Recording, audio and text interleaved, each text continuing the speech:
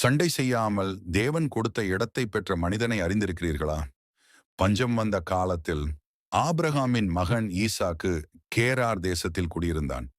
கர்த்தர் ஈசாக்கை மிகுந்த ஆசீர்வாதத்தால் ஆசீர்வதித்தார். அவன் பெருகினான், செல்வம் அடைந்தான். அதை பார்த்த பிலிஸ்தியர்கள் பொறாமை கொண்டார்கள். ஆபிரகாம் தோண்டியிருந்த கிணறுகளை அவர்கள் மண்ணால் நிரப்பினார்கள். ஈசாக்கு மீண்டும் கிணறு தோண்டினான். ஆனால் அங்கே சண்டை வந்தது.